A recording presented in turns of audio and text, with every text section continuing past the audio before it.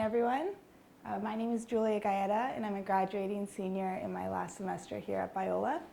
I'm majoring in both PR and journalism, but for the purpose of this presentation, I'll be focusing solely on my PR journey and time here at Biola. As you can see on the screen, the title of my presentation is The PR Sound, Mixing Unheard Music with Quiet Faith. When you think of unheard music, many things may come to mind. I know that when I think of it, it is something that is yet to be undiscovered or unheard. I actually looked up a few dictionary definitions to give you a better understanding of what dictionary says to be unheard means. So according to Merriam-Webster, being unheard means to be not known or have existed and something that just hasn't been known before. According to dictionary.com, being unheard means something as well that was never heard of or is still unknown. I wanted to show you what these different definitions mean for the purpose of my presentation, since I will be exploring unheard music and what that means to me. So to begin, I'd like to play you something. This artist, I think, is the perfect example of what I think of when someone is unheard or undiscovered. So if you can, please take a listen.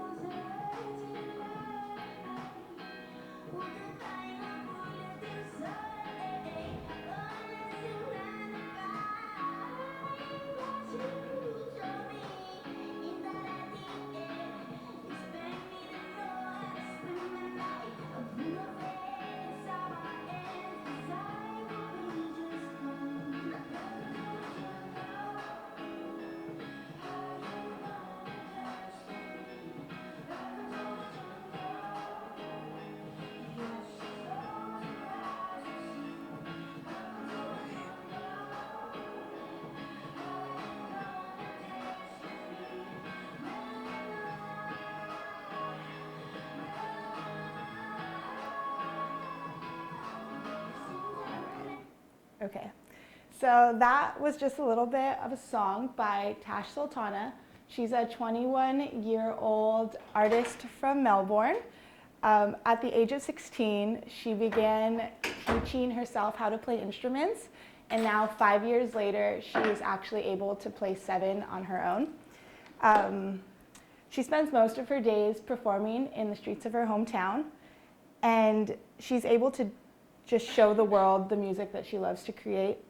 I wanted to start off by sharing a bit of her own music with all of you because it's music like hers that will be the main focus of my presentation today. So deciding to go into music as a career was never a difficult choice for me. Music has always been such an important part of my life. No matter what was happening, whether good or bad, music was always the first thing I would turn to. It became somewhat of a safe haven for me, something I could always rely on. This passion only continued to grow stronger as my time here at Biola happened. Over my time here, I've been lucky enough to intern with some small independent record labels. These labels have been able to give me the opportunity to see incredible artists go up on stage and do what they love.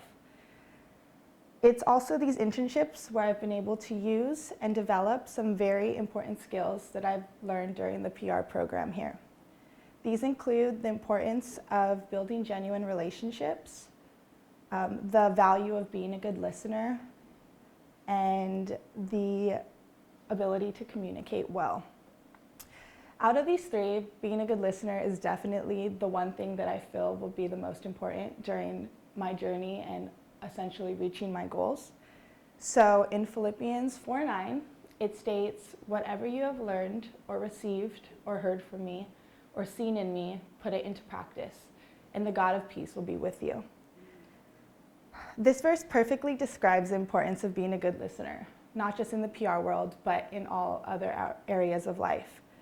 Being a good listener has allowed me to personalize, plan, and execute events in such a way that represents the heart of the artist, something that may come difficult when being part of a major label.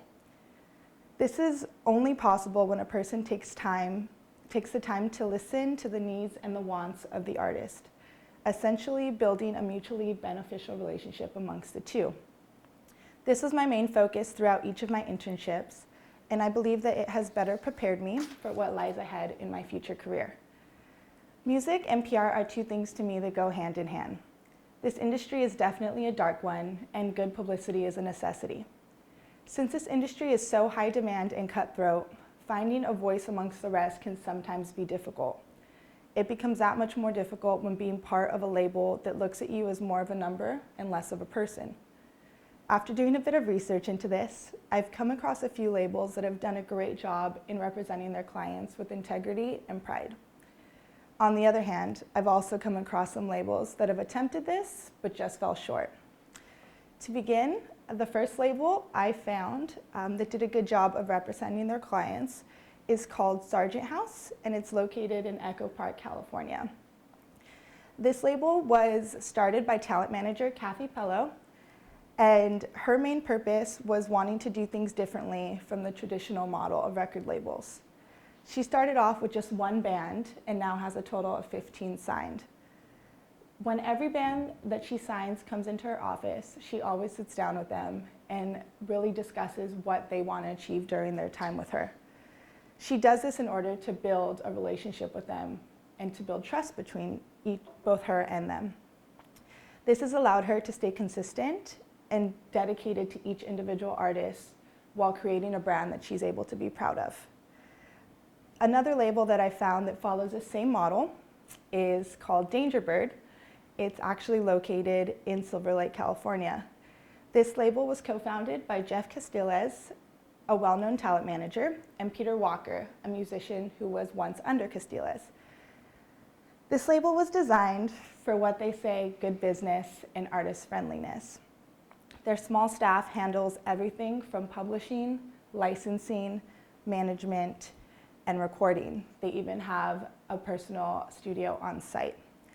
Each artist they sign is granted musical freedom when creating the music they want to one day perform.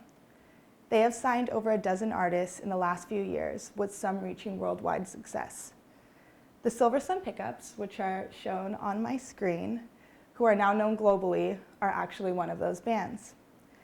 Their lead singer describes how this label believes in careers and the long haul, something that major labels used to believe in. They stuck with us when most labels wouldn't have. Just like Sargent House, Dangerbird puts their clients first. They give them the tools necessary to develop the music they feel called to, and they do this with complete trust behind them. It's these types of labels that walk beside their artists, something that I feel is the most valuable. Now, on the flip side of this, let's take a look at some labels that fall short of putting their artists first. As many of you may know, Universal Music Group and Sony Music Group are two of the biggest labels in the world. Universal, which was founded in September of 1934, began as Decca Records until it was merged with two other labels to become what it is today. Universal Music Group has joint shares in a number of other labels. This gives them the ability to insert themselves in whenever they see fit. It also gives them the opportunity to be very, very wealthy. They are one of the most wealthiest brands, bringing in millions of dollars each year. It becomes difficult with labels like these to really put the artist first. After time, each artist becomes a number, and as sad as it is to say, that's the way that they make their money. For the most part, their money comes from artists that want to make money too, and ones that don't mind selling out to do so. This is the same for Sony Records, which is shown on the right. They were founded in 1929, and they have expanded their reach all over the globe. They have created numerous amounts of labels, each being more successful than the next. They have, with such a well-known name, it becomes challenging to not achieve success. They even had a boycott happen last year when one of their artists was treated unfairly. And even with that, they still continued the amount of success that they had. So now that we've looked into what labels are doing to both represent their artists well and not so well, I want to talk a bit about why I'm passionate in making a change within this industry. The one thing I believe to be the most important, if you haven't already noticed, is an artist's need for creative expression. I believe that they should be able to express themselves in a way that's free and unchanged. I want to provide artists a platform where they feel safe enough to express themselves and the talents they've been given. I hope to do this by one day opening up my very own record label. This label will be one that will embody everything necessary to provide a space where artists can hone their talents in any way they see fit. Like some of the ones I've mentioned before, my label will be different than most of those major labels out there. Just like music is a safe haven for myself, I want my label to be seen as a safe haven for all those artists I choose to represent. The one thing I believe that will put me above the rest is my own personal faith. My relationship with the Lord is something only I possess, and it's something that will keep me grounded and focused on Him above all else. There's a scripture in Mark 2:27, which states, "Then he said to them, 'The Sabbath was made for man, and not man for the Sabbath.'" I believe that this verse perfectly exemplifies what I'm trying to achieve. In my mind, music was made for man and not the other way around. Too many major labels get that confused. I want the artists at my label to feel appreciated, I want them to feel inspired, and above else, I want them to feel encouraged. Essentially, I want to break the mold of what artists think they need to be and allow them to be who they want to be. Now, I'm sure you're asking yourself, where does PR play a role in this? Well, let me tell you. Over my time here at Biola, I've been equipped with more tools than I could have ever thought possible. Each one of my classes has taught me something distinct, something only that class and that professor could have taught me. Each of the skills learned is something I plan on bringing into the creation of my label. PR has taught me how to equip a band enough to one day reach the level of success they hope to achieve. There are some key methods I've learned that I feel will play the biggest part when reaching this goal. The first being building rapport with all those I come in contact with. If PR is anything, it's relationship building. It's these relationships that will be what make or break a business. I've learned over time the importance of making sure every relationship I choose to make is intentional and genuine. If a person isn't going to give their full time and attention to the person, what's the purpose of trying to build a relationship anyways?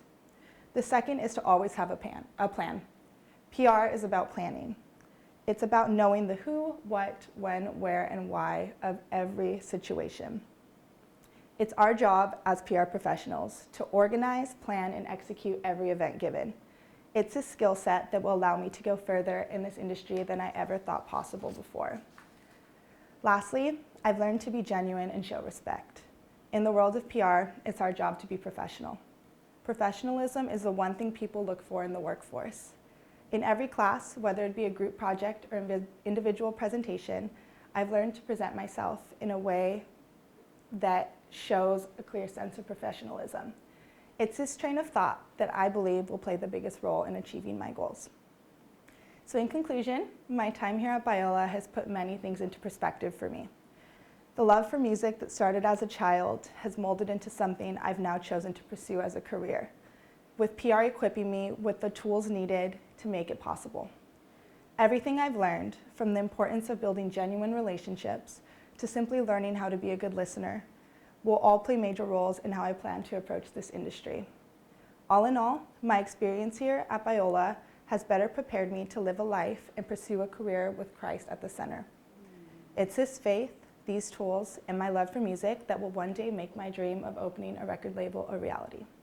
This concludes my presentation. Thank you so much for your time and attention, and I will now open up the floor to any questions you may have.